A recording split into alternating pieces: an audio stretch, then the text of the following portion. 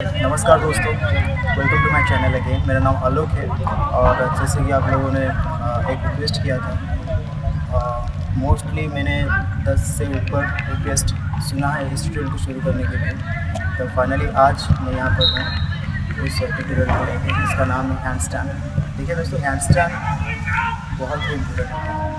क्यों?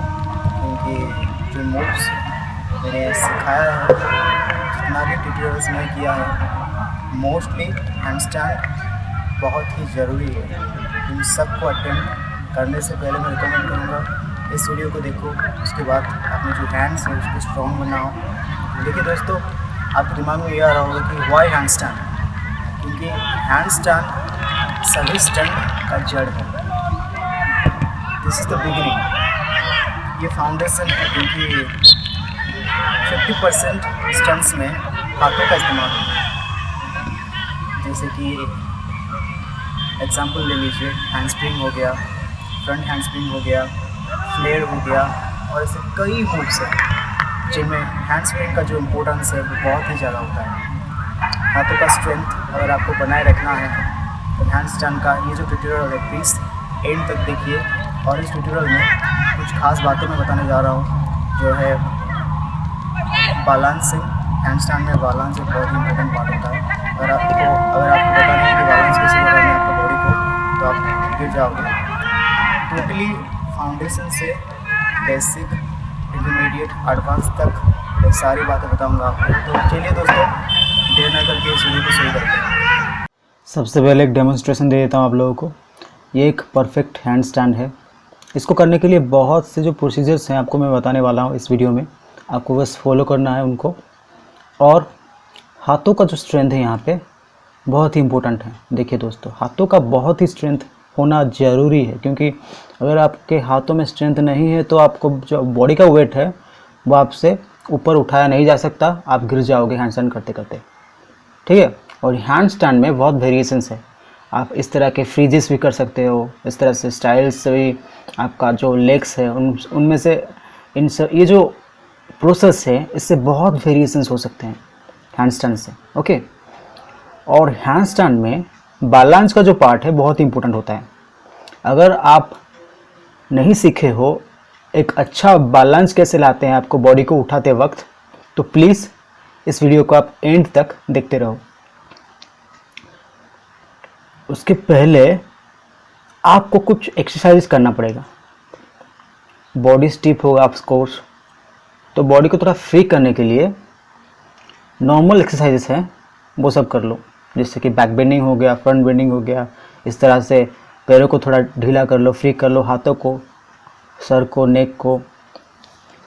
और दोस्तों, हाथों का जो एक्सरसाइज है यहाँ पे बहुत ही इंपॉर्टेंट होता है, क्योंकि आप हैंड स्टैंड में हाथों का इस्तेमाल करते हो। हाथों का एक्सरसाइजेस बहुत ही इंपॉर्टेंट होता है यहाँ पे। इस तरह से हाथों का एक्सरसाइज करने से आपको जो पावर है, जो प्रेशर है, आपके हाथों में जो नर्व सिस्टम है, जो लिगामेंट्स है, वो फ्लेक्सिबल हो जाएंगे। आपको कंफर्टेबल लगेगा जब आप हैंड स्टैंड प्रैक्टिस करोगे तो। और दोस्तों, और एक बात, हैंड का जो एक्सरसाइज है ये तो इम्पोर्टेंट है। इसके बाद रिस्ट, फिंगर्स और पाल्म, उसका भी एक्सरसाइज बहुत ही इम्पोर्टेंट है। कुछ इस तरह से आपको रिस्ट, फिंगर्स, पाल्म्स का एक्सरसाइज करना पड़ेगा, क्योंकि यहाँ पे प्रेशर बहुत आने वाला है दोस्त। ठीक है। पेन आपको शुरू हो जाएंगे 1-2 दिन प्रैक्टिस के अंदर। एक दिन में अगर प्रैक्टिस करोगे आप, उसके एक दिन बाद आपको पेन फील होना शुरू हो जाएगा। तो प्लीज़ इस तरह से कंटिन्यू करते रहो। ये जो एक्सरसाइज मैं बता रहा हूँ यहाँ पे, ये शोल्डर जॉइंट के लिए है। शोल्डर का जो जॉइंट है वहाँ पे भी प्रेशर आने वाला है प्रैक्टिस के दौरान। तो शोल्डर जॉइंट के लिए इस तरह से कुछ पुशअप्स कर लीजिए। सबसे पहले कोई दोस्त अगर आपके पास होगा तो उसको पैरों को पकड़ने के लिए बोलिए कुछ इस तरह। इस तरह से कंटिन्यू हैंड स्टैंड का प्रैक्टिस कीजिए। और यहाँ मैं क्या कर रहा हूँ, चलिए डिटेल में देख लेते हैं। यहाँ पहले आपको हाथों को ऊपर उठाना पड़ेगा। देखिए, हाथों को ऊपर उठा लिए पहले आप।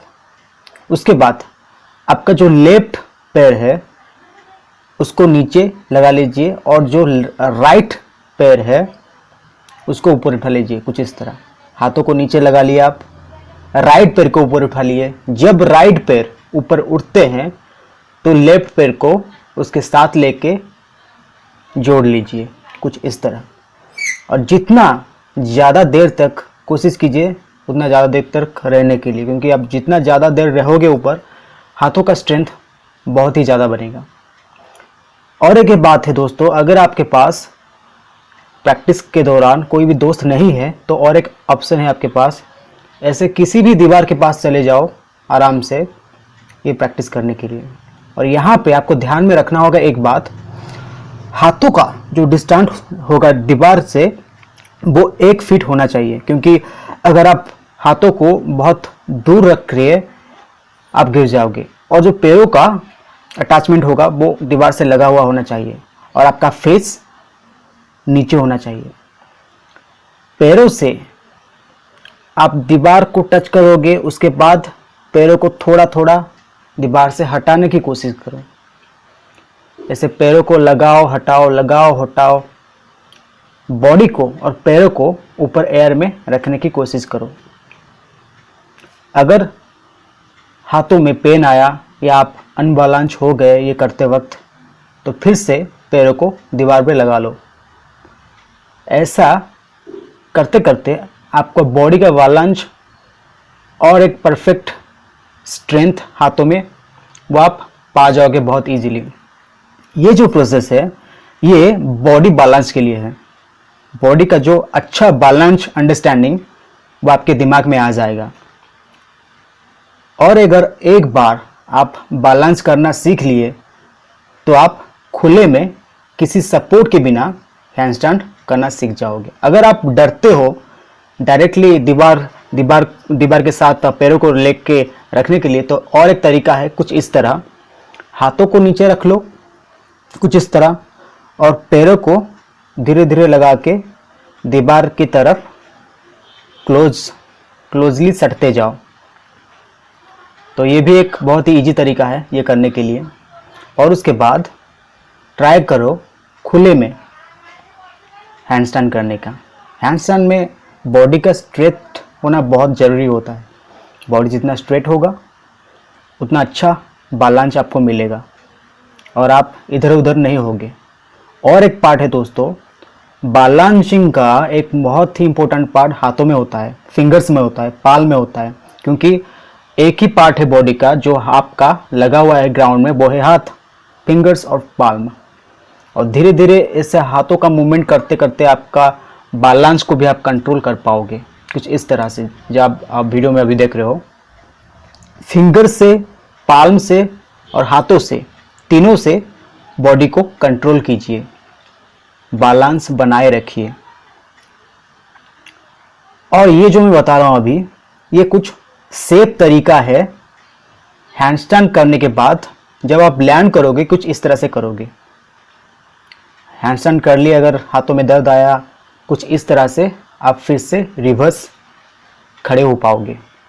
अगर आपका एक अच्छा बैक बेंड होता है तो आप कुछ इस तरह से बैक बेंड करके भी खड़े हो पाओगे। ये सेफ्टी के लिए है दोस्तों।